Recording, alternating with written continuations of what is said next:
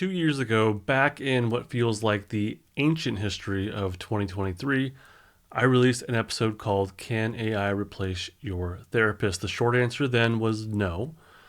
The short answer now, in late 2025, is still no. But that no is getting much fuzzier. My name's Justin Sunseri. I'm a therapist and coach who wants to help you live with more calm, confidence, and connection without psychobabble or woo-woo. Welcome to Stuck Not Broken. This episode is likely going to upset a whole bunch of you, so to try to untrigger those who are already triggered by the very idea of AI as a therapist, I do not think AI can replace therapists, okay? Well, generally. I don't think anyone should seek out AI as a therapist. Mostly. We have a lot to discuss. So in that 2023 episode, I went through a laundry list of things AI could not do. I said it could not see you. It couldn't hear the prosody, the sing-songy quality of your voice. I said that it could not remember what you told it 3 weeks ago. Back then, it was just a chatbot. I recently went back through that transcript, and I have to admit, almost every single technical limitation I listed has been solved. Let's look at a few of the claims that I made 2 years ago. Claim number 1, I said AI currently lacks the ability to see. I talked about how a therapist needs to be able to see your facial expressions, your posture, and that tightening in your breath as sympathetic activity increases. This is now almost a non-issue. For example, Google's Gemini AI is now multimodal, including live video through your phone's camera. It can map your micro expressions. It knows if you're crying. It knows if you're slumping, or it could know. Regardless of how effective it is, the technology is already here for AI to be able to see you. Claim number 2 was, I said, AI does not hear prosody. I talk all the time about how safety is signaled through the voice, the rhythm, the pitch, the sing-songy quality of your voice. I said that AI back then was just reading text. That is also gone now as well. There's a company called Hume AI that released something called the empathic voice interface. They're not just transcribing words, they are measuring the tune, rhythm, and timbre of your speech. They claim that their model can detect 53 different emotional channels. It can hear a sigh and know if it's a sigh of relief or a sigh of despair. It can hear the difference between a defensive flat voice and a safe melodic voice. And spookier yet, it responds with prosody. It mimics that safety sound back to you, or it can display prosody in its artificial voice. I don't think your phone's built-in assistant can do this yet, and neither can Gemini or OpenAI, as best I know. But again, the technology is here already. Claim number 3, I said, it forgets what you said.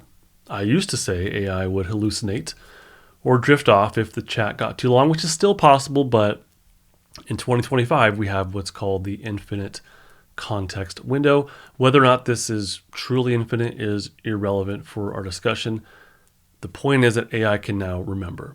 If it were a therapy bot, it remembers what you said in session 1. It could remember your dog's name from session 4, and it remembers that you hated the homework assignments from session 10, or at least could keep the transcripts of those things and then refer back to them as needed. Again, even if your favorite AI platform today doesn't have this level of memory, it probably has some level of memory. And again, the point is the technology is already here for memory and long conversations. So if it can see, hear, and remember, why am I still saying that it can't replace a therapist? We'll come back to whether or not AI can act as a therapist in a bit. Let's discuss the marketplace currently, though. The reason right now that therapy, or that an AI cannot be your therapist, isn't exactly compatibility. It's not technology. It's more like liability. If you go out right now with your credit card and you try to hire an AI therapist, you basically can't, or you're extremely limited. States like Illinois and Nevada have actually passed laws in the last year or two explicitly banning AI from providing therapy or from making independent therapeutic decisions. I think it's safe to assume more governing bodies globally will follow or already have, and will be clamping down on what they allow as far as AI calling themselves a therapist, or humans calling them a therapist or not, especially regarding AI. So the market has split into two weirdish groups. Group A is the bureaucracy bots. If you go to a major healthcare player like Kaiser Permanente or Simple Practice or Grow Therapy, you'll find that they do indeed use AI, but they're not using it to talk to you. They're not using it for treatment. They're using it to listen to clients and therapists talk and then to write progress notes. Kaiser has tools like Intelligent Navigator and Clinical Documentation AI, but these are not therapists. Simple Practice has AI-powered note taker, which is amazing. And Grow Therapy has AI-assisted note taking. Basically, these AIs are kind of like in the corner taking notes, making sure that you're billing correctly and that your codes are all there, and they transcribe the audio and then write it into a note for the therapist, but they're not acting as a therapist. It's not there for nervous system regulation. It's there as like a part of a business model. Group B are the coaches or the wellness companions. Since they can't call it therapy, we have apps like Earkick or Limbic. Limbic is interesting. It's used in the UK and some United States as e-triage. So it's not therapy, but it's getting closer. It interviews you before a human does. And from what they say, the data actually shows that it's very accurate at spotting diagnoses, but it's not therapy, but it's it's getting into the process of it. Earkick is a chatbot which can remember previous conversations, and also it quote unquote pays attention to your voice or video, tracks patterns in how you type or move, and even considers how sleep and weather affect you, unquote. But at the end of the day, these apps have to have a giant disclaimer. Basically, this is not therapy. But they're kind of getting there. And look, I'll take this to the next step. I have to be very honest about the state of my own profession. When we ask, can AI replace a therapist? We usually picture AI competing against like an ideal therapist. We picture a warm, attuned, perfectly regulated human being who remembers everything you say and cares deeply. But is that what most people actually get when they go to therapy? The reality of mental health care in 2025 is not quite that.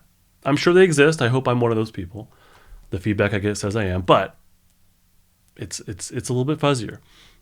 Waitlist. Depending on where you live, you might wait weeks or months for an intake or even a follow-up. The cost, if you don't have great insurance, you're looking at $150, $200, maybe $300 a session, depending on your location. And if you do have insurance, you may need to go through that whole waitlist issue. And quality. This is sadly, the hard truth. Not every therapist is a good therapist. Therapists are human, so that's part of it. We get burned out. We get tired. We have our own trauma.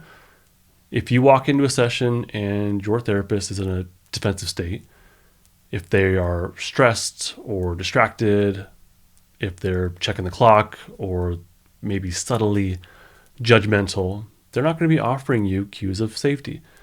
In fact, what they are going to be offering you is the opposite, and it actually might trigger a defensive reaction within you, even a very subtle one. I have done a slew of bad therapy episodes on this podcast. So if you weren't aware, take my word for it. There are lots and lots of bad therapists out there. Lots. So compare that bad human therapist experience, or just an unhelpful to like mediocre one, to an AI that can do all the things a therapist can do. Plus, the AI is never tired. It's never burned out. It doesn't have a bad day because it fought with its spouse. It doesn't judge you. It's available at 3 a.m. when you're having a panic attack, not just at 2 p.m. on a Tuesday. No, it's not real. I get that. But we have to ask, I think it begs the question, is a high quality simulation of care better than subpar human care? Is it better than no care for those on a wait list? I think for many people who are currently ghosted by the system or repeatedly let down, the answer might be yes for someone who could benefit from that kind of service. For someone who has severe mental health needs, no, of course not. I don't think so at all. But for someone with mild needs, yeah, I think an AI could be helpful. For someone who has a very specific behavioral goal in mind, like reducing their sugar intake, yeah, I think an AI-assisted intervention could be helpful. Or someone who needs a couple of daily nudges to practice mindfulness, yeah, I think that an AI intervention could be helpful. That's not really therapy, though. Or maybe someone who just like needs a reminder to go on a walk every day. Again, sure, I do think that can be helpful. You probably have apps like this already.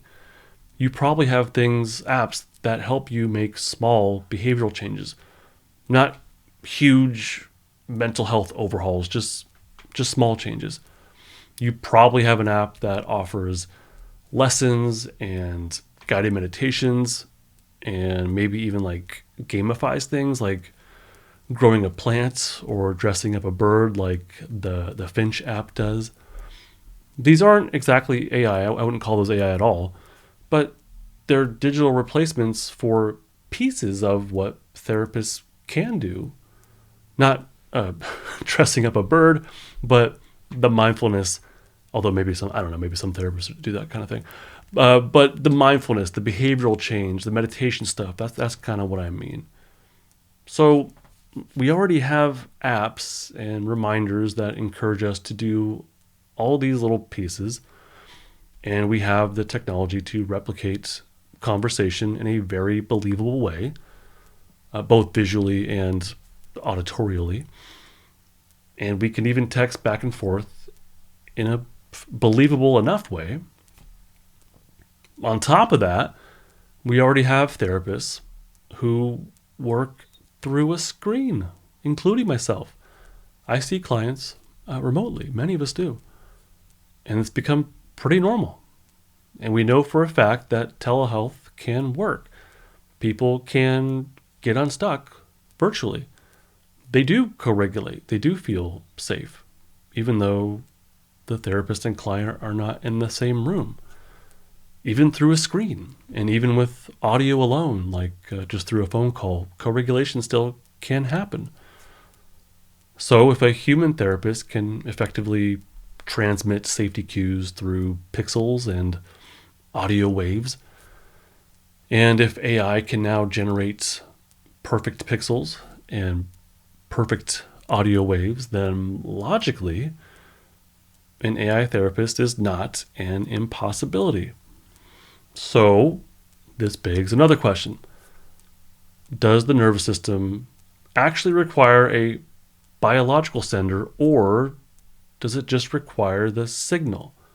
I honestly don't know. I suspect that there will be a benefit from just receiving the signal. And after receiving the signal, the appropriate therapy client working with an AI can enact small behavioral changes or mindfulness challenges. They can follow meditations and they can learn through lessons. So I think, yeah. And we could actually take this a step further. We'll do a thought experiment. But first, I want to tell you about the Self-Regulation Coach app. It is not therapy, and in no way should anyone use this app for anything close to therapy. Not even close. It's primarily a means to learn through my pre-recorded lessons, just like the students in the Unstucking Academy. It's the same thing as the same lessons, the same content. And it's primarily a way to use pre-recorded meditations from me, also just like the Unstucking Academy students. But it does involve AI. And where the AI gets involved is it customizes your daily activities and reflections based on your preferences, based on your feedback to it, and based on the progress that you are reporting to it. Every day, the activities are tailored for you and for where you're at. You progress through the lessons, the activities, and the skills as you are ready to, as your capacity allows.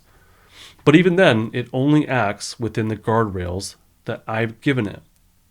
Again, not appropriate for therapy, like at all, not even close. This is for the person who is self-motivated and can benefit from a bit of customization for their needs. This is for the person who wants an extra little nudge every day and a bit of accountability. I've actually been using my own app myself, and yes, I pay for my own app. I've been using it myself for a few weeks now, and I'm loving it. It's helped me to identify a new evening safety anchoring ritual, and I'm following through because it sets up a reminder and an activity for me to tap and check off every day. I respond better to this level of accountability, this level of nudging and interactivity. This works for me just like I do when I'm learning Spanish through Duolingo. You can learn more about the Self-Regulation Coach through the link in the description. Okay, let's take our AI as therapist idea to the extreme. Let's try a thought experiment. Imagine a scenario, maybe 2026, next year, a month from now. So imagine a scenario in next year or 2027 where an AI model is designed specifically for California therapist licensure. We already know that AI can pass licensing tests easily.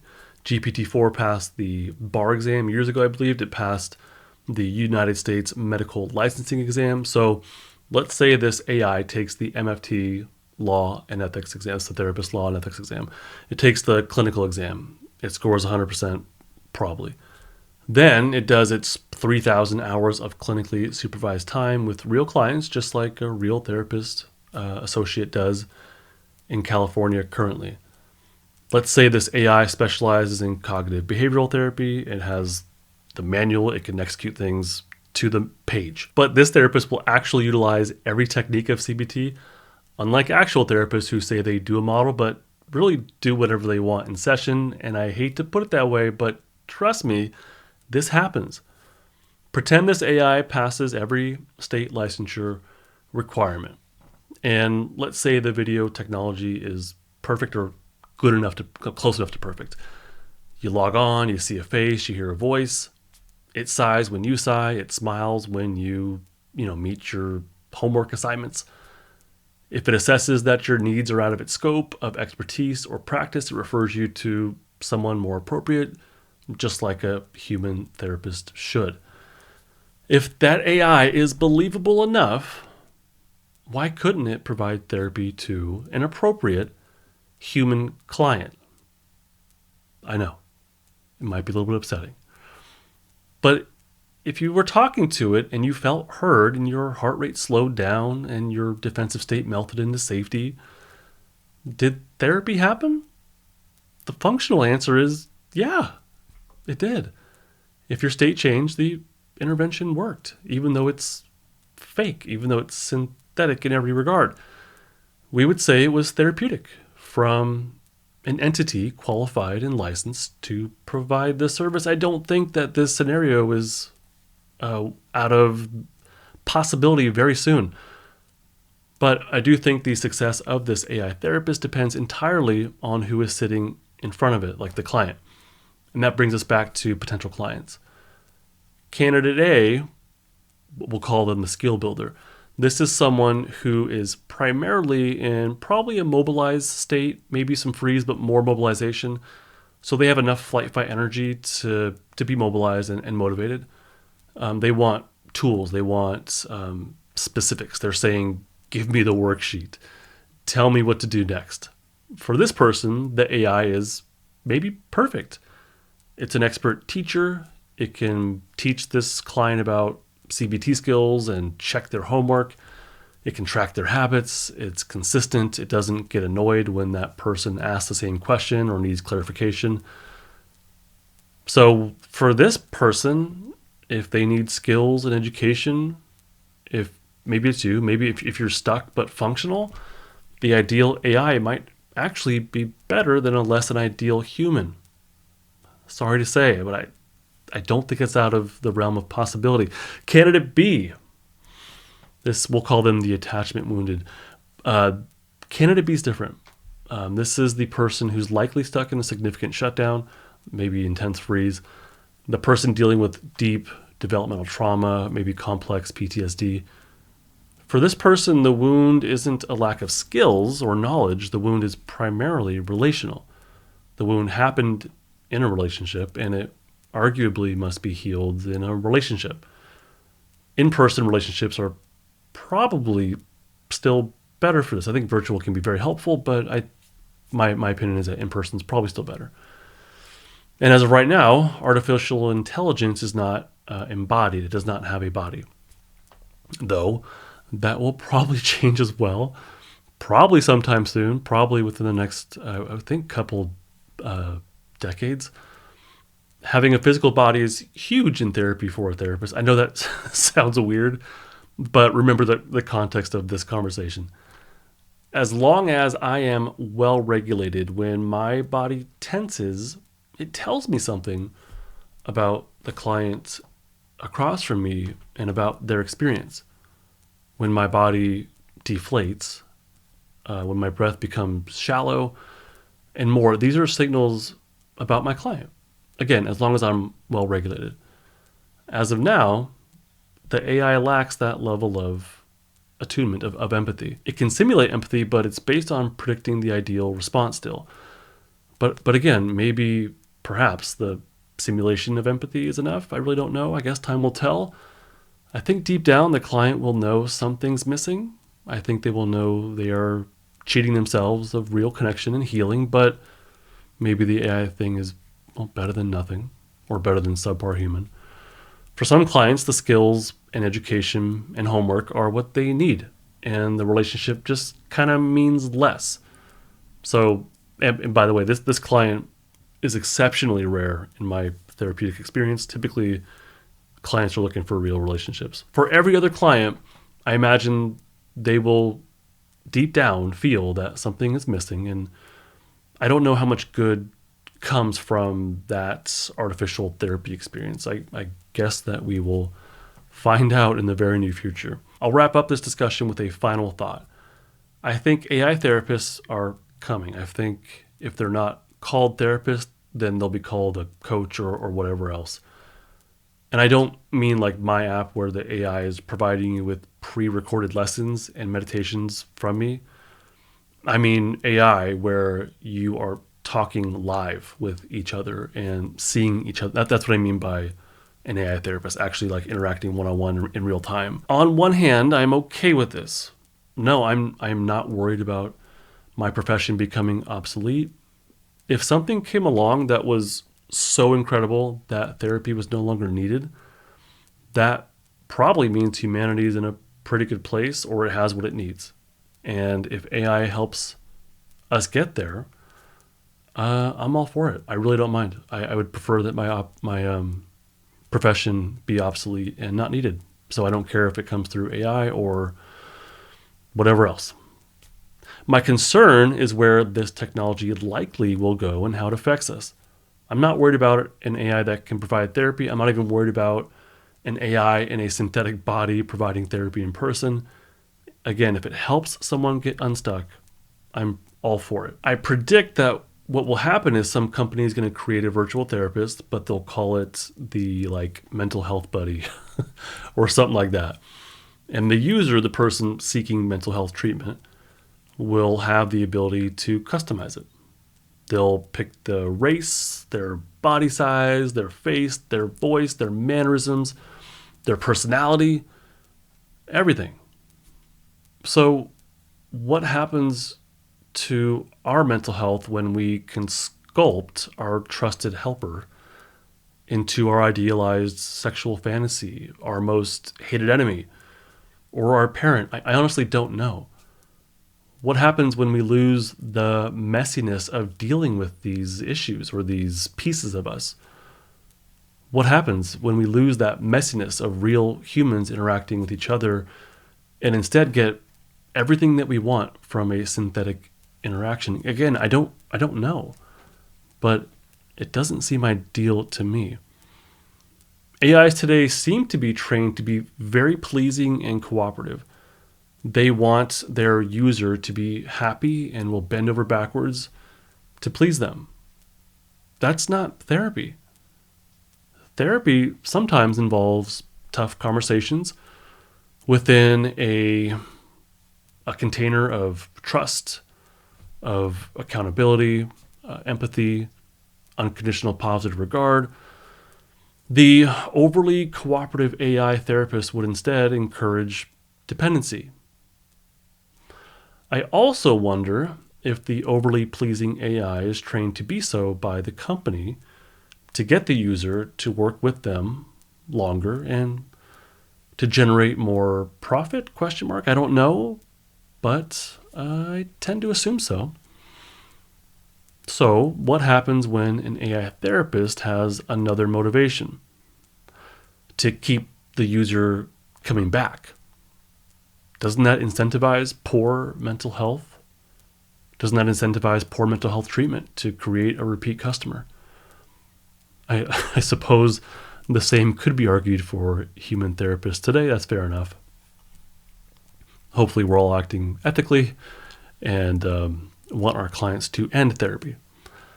Lots of questions with no clear answers yet, but the answers seem to lean, to me, toward the negative, and I think we should be extremely vigilant about that. Okay, so let's wrap it up. Can an AI pass a licensing test easily? Can it help someone to alleviate their presenting problems? Yeah, I think for some people, sure. Can an AI provide manualized treatment? Yeah, it probably can, and probably very effectively. Can it effectively simulate facial, body, and voice interactions? Yeah, it can. All of these things haven't come together, but they could. So should it do these things? That kind of doesn't matter because it's going to happen. This will happen. To some degree today, in very late 2025, it's already happening. The question then shifts to you. Will you make use of them or not? And if you do, will you responsibly use the AI options at your disposal? As screen definitions get better and AI voice gets more convincing and technology continues to speed up, that line between virtual humanity and simulated humanity is getting very, very blurry. When I say virtual humanity, I mean humans working together virtually compared to simulated completely humanity. I'm really curious what you think. Would you work with a licensed AI therapist? Thank you so much for listening.